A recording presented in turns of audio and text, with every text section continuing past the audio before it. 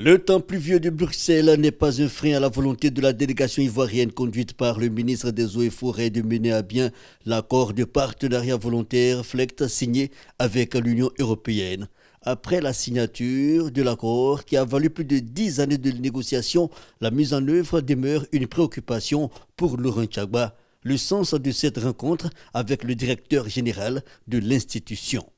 Le gros défi qui reste à relever, c'est le défi de la mise en œuvre. Donc, nous sommes venus à la direction générale pour voir le directeur général, avec qui d'ailleurs nous avons paraphé cet accord, pour qu'il puisse, au niveau de l'Union européenne, prévoir des mécanismes pour nous appuyer, pour que nous soyons beaucoup plus efficaces dans l'atteinte des résultats. Le plan d'action de l'Union européenne contre les produits forestiers issus de la déforestation, un engagement. Il y a beaucoup de choses qu'on doit regarder en détail, les systèmes qu'on doit mettre en place.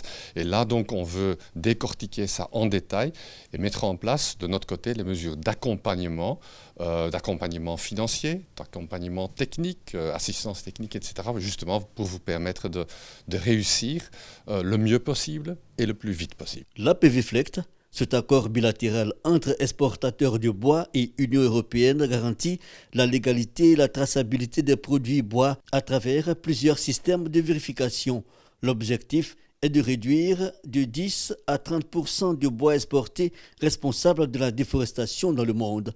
Du côté européen, on fait aussi des efforts. Le système RBUE permet le contrôle du bois illégal. Des efforts pas vains, il y va de la préservation de la planète.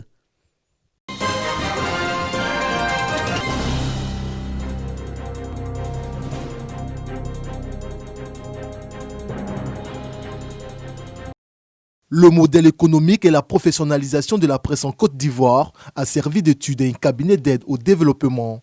Au terme de travaux menés durant 5 mois, une cérémonie de restitution a lieu ce jour.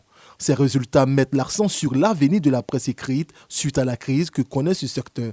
On a mis l'accent sur la génération de revenus, que ce soit classique ou sur Internet, en examinant quelles étaient les nécessités. Il faut améliorer le management des organes de presse privés parce qu'ils sont confrontés à des défis qui sont assez majeurs sur le plan économique. Remis au ministre de la Communication par l'Union européenne, partenaire financier, ce document devrait aider la presse à faire face à plusieurs défis. Pour l'Union européenne, elle s'inscrit dans nos priorités en matière de soutien à l'état de droit, de démocratie et des droits humains. Ces valeurs sont des valeurs partagées avec la Côte d'Ivoire, comme l'atteste notre collaboration dans le cadre de cette étude.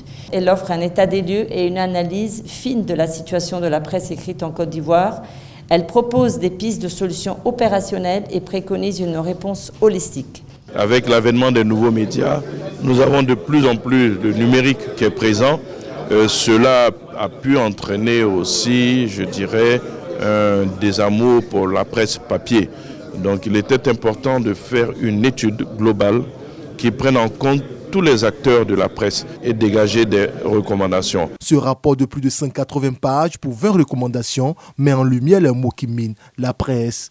Entre autres, le cadre juridique et réglementaire, les contenus éditoriaux, la formation, la crise de la distribution de la presse, les défis de la transition numérique.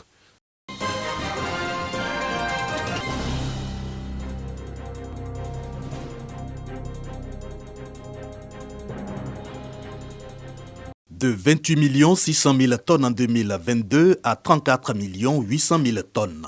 En 2023, le trafic de marchandises au port autonome d'Abidjan a augmenté de 21%. Ce bond, le fruit de la synergie d'action des agents de ce pôle économique. 333 de ces travailleurs, dont 97 femmes, sont distingués dans l'ordre du mérite du travail pour leur contribution à l'économie nationale. Médaillés d'argent, de vermeil, d'or et de grand or, ces récipiendaires totalisent entre 15 et 37 années de service. Avoir passé 27 ans de sa vie à donner le meilleur de soi-même. Aujourd'hui, nous arborons fièrement cette médaille. J'ai contribué à faire du port d'Abidjan ce qu'il est aujourd'hui. Ils ont donc contribué à construire l'économie ivoirienne.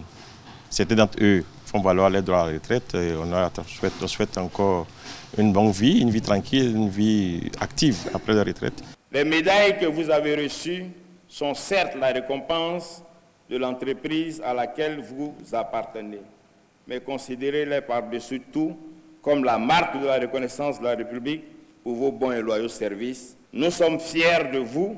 Le port autonome d'Abidjan représente plus de 80% du trafic national de marchandises avec 1 300 000 conteneurs en 2023 contre 840 000 conteneurs en 2022. Toujours selon l'administration portuaire qui projette à 2 millions de conteneurs à l'horizon 2027, le trafic de marchandises au port autonome d'Abidjan.